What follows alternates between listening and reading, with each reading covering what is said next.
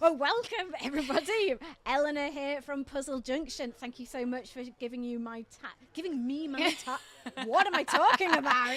Giving me your time. No worries at all. This after- You have it. Can you tell we've been up a long time and we've been doing it many hours? Is there a little clue there? Anyway, where am I? So, Eleanor, you're here today to talk about what you do. So tell me, you do many things. Yes.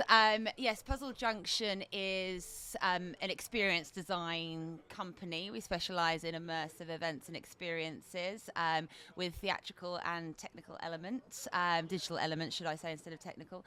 Yeah, and that's what we specialise in.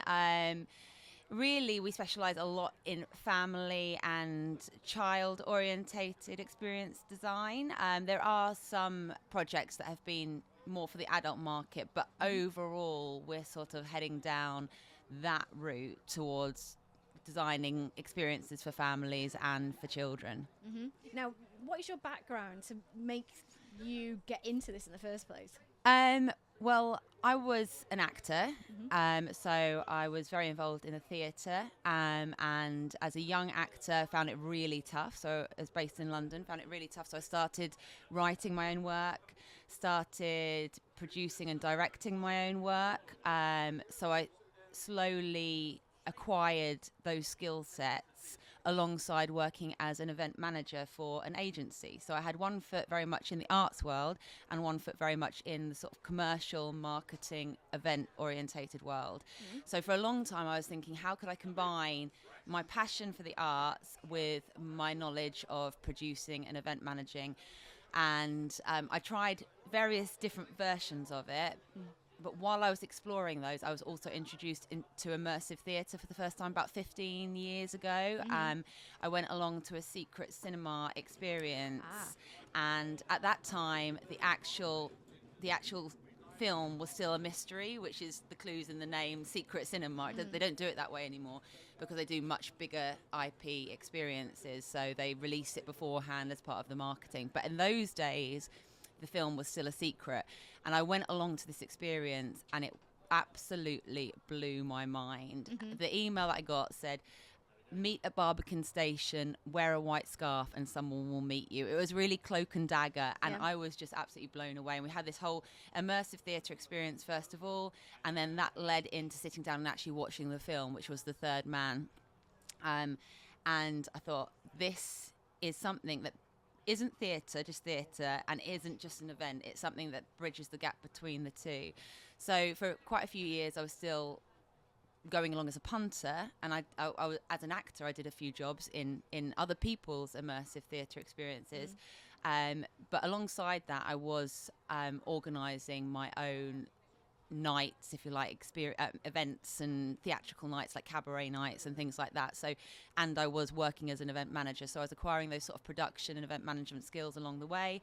And in 2021 I had a little interlude with having children. There was a little hiatus. And then over the other side of that, in 2021 I founded Puzzle Junction, and working here in North Wales now, producing work and working in the wider sphere, more nationally as well. So yeah, that was a potted history of how I got where I am today. Yeah, and you know, to do all of that and have children is you know, it's big, isn't it? You know, a lot of juggling. A lot of juggling, a lot of kind of like, how do you sort of deal with that when things get tough? What do you do to kind of get yourself on the right path again? Cool Nine and Tide. Help.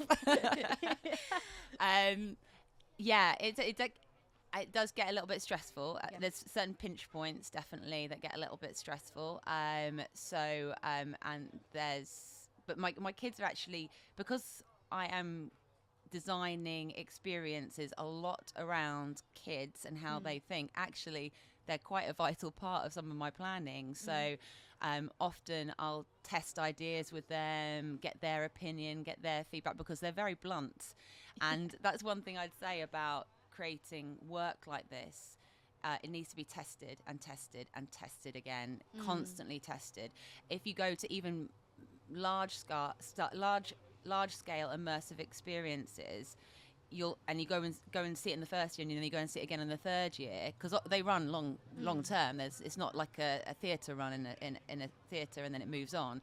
It can run for years and years. Yeah. You'll almost go to a completely different experience 3 years on, because there's so much human psychology involved. There's so much trial and error, so much testing. It's never perfect. It's always an ongoing development, an ongoing sort of testing of things. Because there's a great book that I read about immersive theatre, and the guy who wrote the book, he said, and I can't remember the name of the book and I can't remember the name of the author, so I apologise, but it was really interesting, the book, because they did this, I think it was Midsummer Night's Dream. And they had the audience come in, and it was open space just with a plinth in the middle where the actor stood, and the people all just stood around the outside. Right. And they thought, well, this is not what we want. We want them to integrate into the space. So how do we do that? They started breaking up the space with just chairs in the space, and then they started to come around and crowd around the chairs. So it's so interesting. It's not just about delivering a story in a different way. It's also because you're giving people agency in a space, and within that narrative, often as a protagonist in that experience, it's about knowing how people will react to what you've created, and you can only do that from testing it and testing it and testing it again.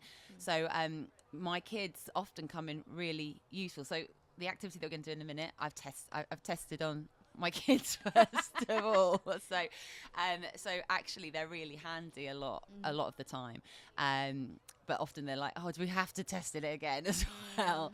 But actually they're really handy with the work that I'm creating a lot of the time. But sometimes it does become a little bit stressful, balancing both. And what do you do then? Do you have like a little self-care routine, or do you like enjoy doing something for yourself? Like, do you go to any classes or activities you do? Well, I have done in the past, but if I'm honest, the work that I do is almost like my hobby as well, because I love doing it. So just getting a bit of space sometimes, when they're at school or when they're elsewhere, then I'll put some time aside to do that, or clear up the house. Because I know that sounds awful, and it doesn't sound like something that's relaxing at all, but actually it's like, oh, I've achieved that. I'm sort of someone that I think gets more out of, if I achieve something, I feel like more calm of mind. So if I'm ticking those things off the to-do list, and there's more ticks than there are non-ticks on the to-do list, I feel calmer of mind. If it gets really too much, it's a hot bubbly bath. She's in the bath again. It must be bad. Oh, I mean, everyone gets like that sometimes, don't they? And it's important to sort of recognize that and take that moment. And even sort of like simple tasks, like as you say, like cleaning doesn't sound particularly exciting, but like just to have that sort of thing where you can get away from the idea and maybe just be in the moment of like, working on something else, whatever that might be, whether it's scrubbing something or, having a nice bath. It's just taking you out of that moment and giving your brain time to relax. And sometimes I don't know if you find this, that like you've got an idea, like you say, you're testing things out and problems and stuff, that you're just actually taking your mind away from it, and just allows your brain to like relax, and then the ideas flow better because you're not grinding it out and trying to really kind of contort your brain all the time. It's a muscle, isn't it? And sitting sedentary as well, is not always useful for creative mind flow. So exactly what you're saying, going for a walk. So going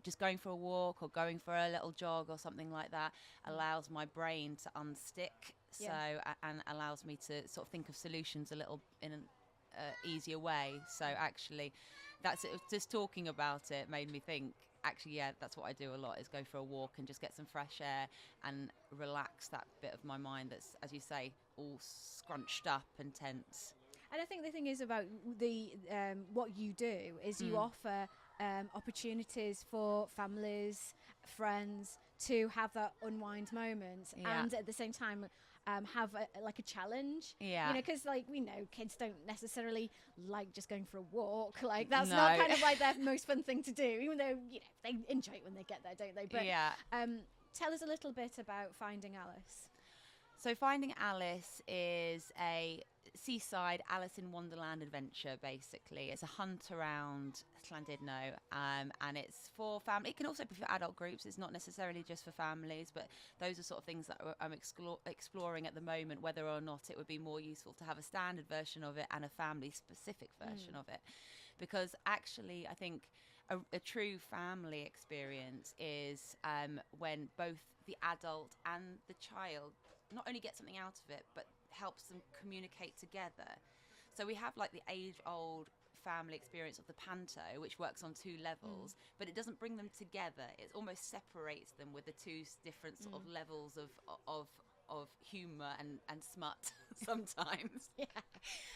But I think it's quite nice when the children have some information that the adults don't, but maybe the children have to impart knowledge or information to their adults, and so that they feel like they're leading it. But then sometimes there's questions or riddles that only the adult can answer, and then they help each other.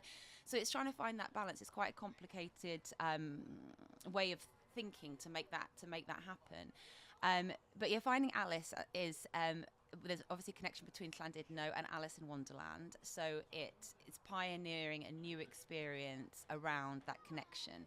So Alice has gone missing. She's been invited by the Mad Hatter back to his to her unbirthday party at his tea party, and she has never arrived. And alongside this, something strange is happening in Wonderland. And has Alice got caught up in that strangeness, where the boundaries between Overland and Wonderland are disintegrating? So teams of investigators have to go on this adventure, speak to different Wonderland creatures, and get some information from them to find out where Alice is and save her and save Wonderland alongside that. So and we've got 11 participating businesses in the town, so teams have to go into these businesses and actually interact with the staff, where they so it's not all digital and it's not all real world. There's sort of a mix of the two. So they're guided by their devices, but they interact with businesses, and they receive things like wax sealed letters from the Mad Hatter, or protection from the Queen of Hearts, because no one wants their head chopped off on a fun day out in Llandudno. And yeah, it's a fun adventure and a scavenger hunt around the town. So put that perfect opportunity again for people, you know, they've got busy lives. Sometimes you've got kids and you kind of feel like you don't really get to see them, even though you live in the same house as them, because you're just so busy with work and you're just like on that treadmill all the time. And this is like an opportunity for people to spend time with family, spend time with friends, enjoy something that you're all doing together, get outside, see lovely Llandudno, meet some business. And I love the idea of them getting things from the actual physical props. That's really nice, isn't it, to have that and to share that with other people. And at the end of the day, you feel like tick my boxes, spend time with family, I've had a lovely time, bit of problem solving, exactly, and moved around and maybe spotted some of the things you'd like to do later, and that's really takes you a little bit off the beaten track as well, to some places that you wouldn't necessarily go on a first visit to Llandudno. So it's great for tourists, but also for locals who might want to see the town in a different way. Fabulous. Now that is very exciting, but I'm also very excited that you have stuff in front of you that you're going to do a little demonstration with. Yes. So this is related to another project that's in development called the School of Planet Powers for Extraordinary Children. So this is an environmental immersive theatre show for kids. It's still in development, so it's not up and running yet. But this a major part of it is that kids that come along to it find their planet powers. Right. So I am going to ask you, Vickie, some questions, and we're going to see what your planet power is. Okay. This is like one of those character things online. Which planet are you? Okay, Here we go. So you've got some marbles. So Vickie's got some marbles in front of her, and she's got 3 boxes here. So repurposed boxes, plastic boxes, ice cream boxes, and things like that. So being as eco-friendly as we can here. So what do you usually do with food scraps like peels and coffee grounds? Let me just show you here. So each box has got a letter on it, A, B, C, and D. So when the one that you choose, you put the marble in. All right, okay. So A, compost them or feed them to worms or put in food waste. B, try to reuse them, like making broth for later. C, avoid waste by planning meals carefully. D, look for products with compostable or no packaging. Or E, something else, which is this one here. Ooh, I mean, can I choose only one, or can I Yep. stick them into more than one? Choose one. Okay. Well, I'll do the thing that hey, right. Okay, gone so A. Vickie chose A, okay, which is compost them, feed them to worms, or put them in food waste. Yes. 2, how do you deal with old clothes or toys? A, if they're natural materials, I might compost or repurpose them in the garden. B, sell, swap, or donate them. Someone else can use them. C, try to buy fewer clothes and more. So this is really difficult to say the sentence.